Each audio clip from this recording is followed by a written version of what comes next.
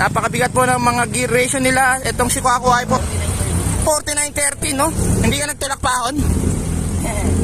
Okay, alam na yun. Good morning guys, nandito na tayo sa Puerto Azul at spotted natin itong dalawang Pixipoy galing pa na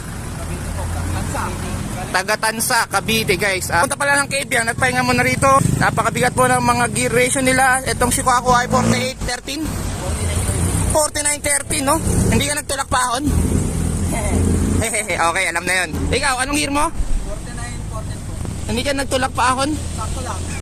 Papunta po silang Kabyang sama ang kanilang mga tropa. Yan, no? Relax lang dito. Ano nang malayo narating ng mga bike nyong ang preno? Dito pa lang. Kaya mo bababain ng mamaya ng Puerto Azul? Pamaragon doon? Gamit ang yung gear ratio napakabigat? Kaya, no?